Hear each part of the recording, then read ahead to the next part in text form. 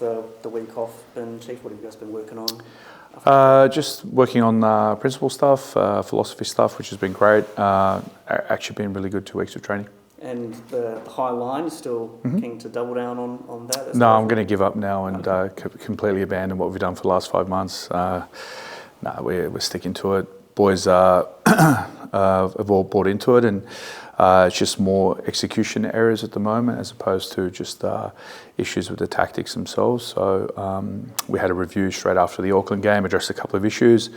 But again, what I wanted to see was a response after the game, and the energy's been very good. And Mandrake James coming back in, how much does that help settle things into the backline, having a key import like that? Yeah, it's good, especially with Payne out. A little bit of seniority in the backline is very important, especially when things get a little bit tense during games. Kind of rely on that experience. I think Roofs and Kazu run the midfield quite well when they're playing, so you can see the effect it has in the game. So having him back is good. He's a loud character, he's a very good defender.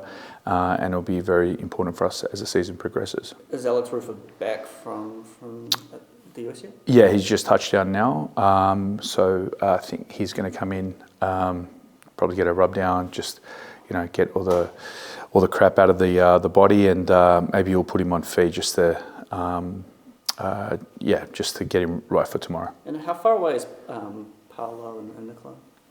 I would say Paolo is very close. At the moment, he's training intermittently. It's just more about managing the injuries. And Nicola, it would be around early December. So I'm hoping he's on the park. I'm not sure who we play after Auckland, around 8. But I think that's probably the best estimate at the moment.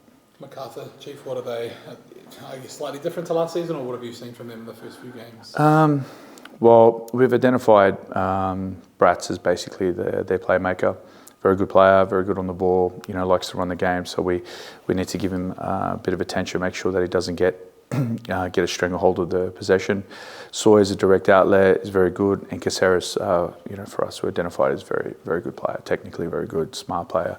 So, we need to make sure we neutralise their threats. Obviously, Kurto's a very instrumental as well in their defensive setup, and they're going to be a tough team to play. When you have a buy, and obviously so much has been made of this high line, you bringing in a new style. Does it help? Do you want more games in succession? Did the buy sort of come at a good time, or how did you approach that? No, not well. I mean, it was good to alleviate some of the niggles, and some of the boys had a little bit of fatigue. Obviously, we've been training very hard. But in terms of going out and wanting to play and execute and fix some of the things that we've identified, it's a little bit frustrating when you don't play for 2 weeks. So you get a little bit of good, a little bit of bad, but we've made the most out of these 2 weeks. We've also been able to readdress some of our attacking principles, which is a very important part of the way we play. So in that respect, it's been very good. But the frustrating thing, not playing, in 2 weeks, you're just itching to get back and wanting to play well. Saw Ricky Herbert out there today. Is he obviously he's got his academy? Does he go swing by much, or do you guys talk? Or what? He runs a really good academy, and he's got a lot of young boys that come through that academy. And I know that our academy is in contact with him, making sure that we scope all the available talent, all the best available talent in New Zealand. So he comes down once in a while, visits, and is actually a really good person to speak to. Obviously, probably the most experienced coach New Zealand's had.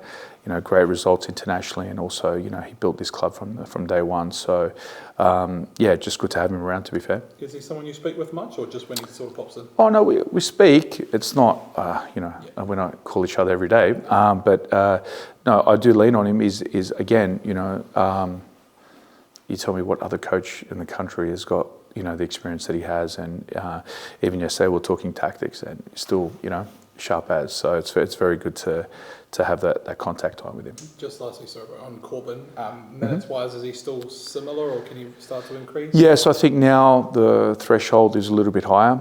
So we're kind of we're able to get a good half out of him, maybe even a little bit more, depending on how how his week goes. So he's slowly getting to where we need. But again, the plan with Corbin is slowly introduce him into the style and use him where he would be effective. And sometimes games change. There'll be times where I rotate the squad depending on the opposition we play, and if it suits him to start, he'll start. If it suits him to come off the bench and have the impact. And you've seen all the games that he's come on, he's had actually significant impact.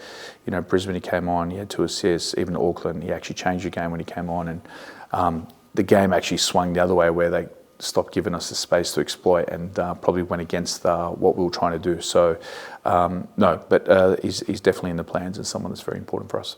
You said you were happy with the players' response following the recent Auckland defeat. Like, did it take time for them to sort of properly move on, given there seemed to be so much emotion tied to the game and the result? Yeah, it's a hard one, right? So I haven't watched the replay back on TV. I haven't felt the game from what the supporters do. For me, it was just another game. My frustration lay in the fact that we had a good chunk of time with 10 men, that if we just stuck to the game plan, we would have been more effective. And with chance creation, we went away from that.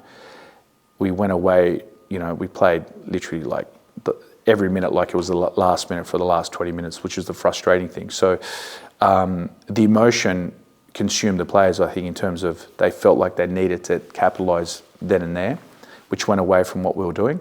That's something that was addressed, but that's also something that, is also a result of the fact that some of those boys are a little bit inexperienced. And look, that also goes for the senior players, right? Like, no one's perfect, but it was a really good opportunity for us to really delve down into game management and what's required when things like that happen, and that the process is the most important thing. And so I think the players agreed with that. Also showed them some stats that showed the markers on how we're doing well this season, and that if the trend continues, that we'll get rewarded. So it was good. Yeah, it was a good reflection. You said you made some tweaks. Are they going to be sort of noticeable ones, you think, to say fans and people watching tomorrow? Tweaks are more down to player execution and focus. If you look at a lot of the goals that were conceded, I think there've been moments where players have to make one-on-one decisions, or actually have to time the line, according to where the player is, and they've just been like little lapses, not gross, mistimings or anything, but just little small things, that we work on. And the thing is, the crazy thing is, at the moment, I think we're the least amount of shots conceded in the league, but the XG for most teams is a lot higher than that we concede a lot more because of the quality of chances that we give away. And that's obviously due to the high line, which means that we need to be really switched on with that line and making sure we don't give any chances away. So, but the players are fully bought into it. They're actually quite comfortable now playing that high, which is a good thing. That's a majority of your problems. But again, I always said there's going to be a lot of teething issues with this style. The teams that have used it in the past, they have their own challenges with their personnel. Sometimes, the pressing structure changes, but it's just the intensity that needs to be sustained, and that's a hard thing to keep the group motivated to do. How are the players enjoying it, and is it hard for some of the defenders too, that knowing that it is a small error can lead to a goal? This can look like they've been exposed, but how are they sort of? But I don't think it's any different to if I low blocked a team. We low blocked last year quite a bit, mid block, and there was a lot of errors. No one talked about the frequency of playing a low block or a medium block, and the errors are going to happen, unfortunately. It's for us, the most important thing is how we recover, and also it's also very important that we press with an intensity and frequency that is consistent for the whole game. Once you drop off, then you become vulnerable. So what plays into that is actually keeping the ball better. So if we can keep the ball better for longer periods, it means we're doing less sprints, which means that we can recover better and actually play the higher line more effectively. And these are obviously things that all correlate within the game, and that's something that the players have identified as well. So for me, it's just making sure, the offside line is going to get beaten, irrespective, at some stage in the game. But the less we can have the opponents with the ball, the less damage they can do. Because when you review, the goals, the Auckland goal, was there a case of, say, De Vries wasn't put under enough pressure? No, there was enough pressure. Was there? There was enough pressure on the ball to force the action.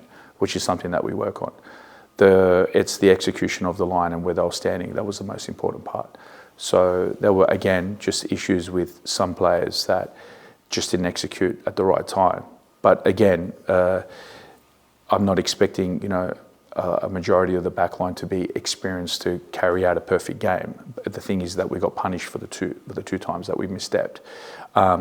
But again, the way I look at it is with the least amount of shots in the league at the moment conceded against us, it is working.